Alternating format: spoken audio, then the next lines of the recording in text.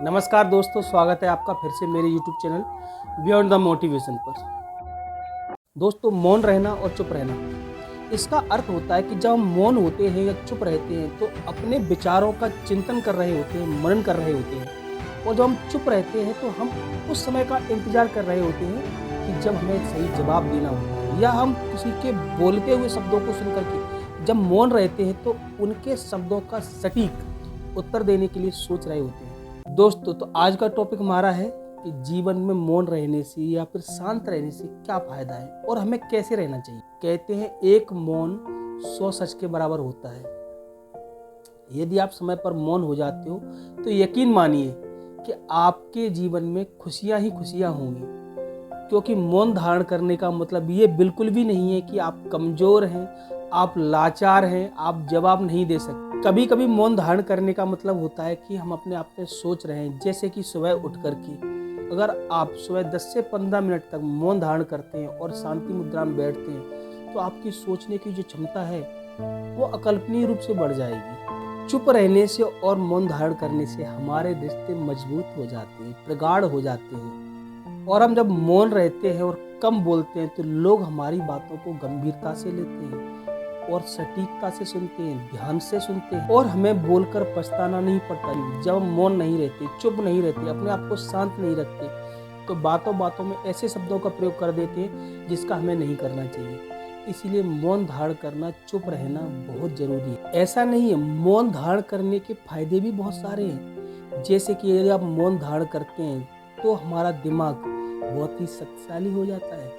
मौन धारण करने से हमारा दिमाग तेजी से काम करने लगता है, तेजी से परिणाम देने लगता है। और दोस्तों, यदि आप मौन रखते हो तो तनाव को दूर करने वाले जो हार्मोन्स हैं वो हमारे शरीर में उत्पन्न होते हैं, जिससे कि हमें तनाव कम होता है। दोस्तों, जब हम मौन धारण करते हैं या चुप रहते हैं तो दोस्तों हमें आत्ममंथन करने का मौका मिल जाता है, आत्मचिंतन करने का समय मिल जाता है, जिससे हमारी याददाश्त बहुत ही मजबूत हो जाती है। साथ ही हम किसी भी निर्णय को लेने के लिए सक्षम हो जाते हैं, किसी भी परिस्थिति में निर्णय लेने के लिए सक्षम हो जाते हैं।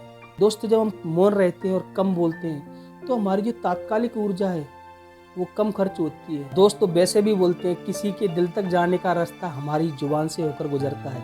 हम कैसे बोलते हैं, किस प्रकार से बोलते हैं, उसी प्रकार से हमारे संबंध बनते हैं, और हमारे संबंध बनते हम उसके हृदय में जगह बना पाते हैं। यदि आप मौन रह के, शांत रह के, सदके, धीरे से बोलते हो तो यकीन मानिए आप किसी के हृदय में जगह बना सकते हो। मौन रहने से हमारे चेहरे पे एक तरह का आकर्षण तेज बढ़ जाता है, साथ साथ हमारी वाणी में मिठास आ जाता है।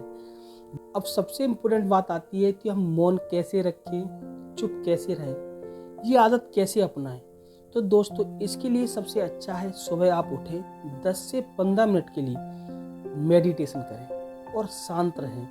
आंखों को बंद करके अपनी श्वासों पर ध्यान दें और सकारात्मक विचारों का प्रवाह करें। आप अच्छी अच्छी पुस्तकें पढ़ सकते हैं, धार्मिक ग्रंथ पढ़ सकते हैं। दोस्तों, साथ ही साथ कोशिश करें प्रतिदिन कम से कम बीच में समय निकाल करके, चाहे आप ऑफिस में हो या कहीं भी जगह पे हो, 15 से 20 मिनट के लिए अपना आत्ममंथन करें। दिन में चिंतन करें आंखों को बंद करके। जब आप कहीं पे ऐसी जगह है जहाँ लोग, बहुत सारे लोग हैं, सुन रहे हैं, चिल्ला रहे हैं, चहचहाट की आवाज़ आ रही है, कोलाहल की आवाज़ आ रही है, आप वहाँ पर हैं, उपस्थित हैं, तब इस चीज़ को जरूर करना है। आपको शांति से बैठ जाना है, आंखें बंद करनी है, लंबी सांस खींचनी है और पूरा ध्यान केंद्रित करना है। उस कोलाहल के बीच में आपको कोशिश करनी है चुप रहने की, मौन रहने की, अपने आत्ममंथन करने की, आत्मचिंतन करने की। यह प्रक्रिया आप प्रतिदिन करते हो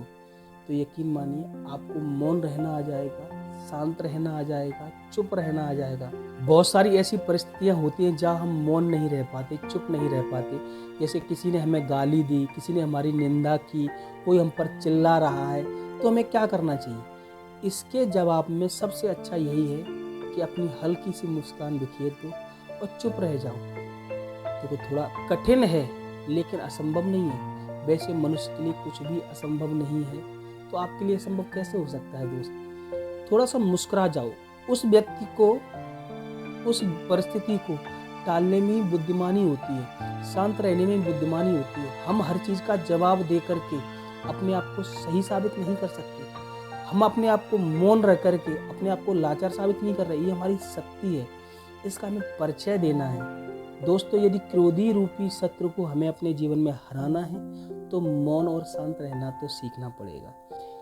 आप धीरे धीरे अपने आप में बदलाव लाएंगे, आप मौन रहेंगे, शांत रहेंगे, तो आप देखना आपका स्वभाव शांत हो जाएगा, आप संतोषी हो जाएंगे, धीर गंभीर हो जाएंगे और आपको सुख का अनुभव होगा। तो दोस्तों, मेरा वीडियो आपको कैसा लगा प्लीज़ कमेंट करके मुझे बताएं। मेरे वीडियो को लाइक करना ना भूलें और प्लीज़ चैनल को सब्सक्राइब कर दें। मिलते हैं किसी नए वीडियो, नई जानकारी के साथ। तब तक के लिए धन्यवाद।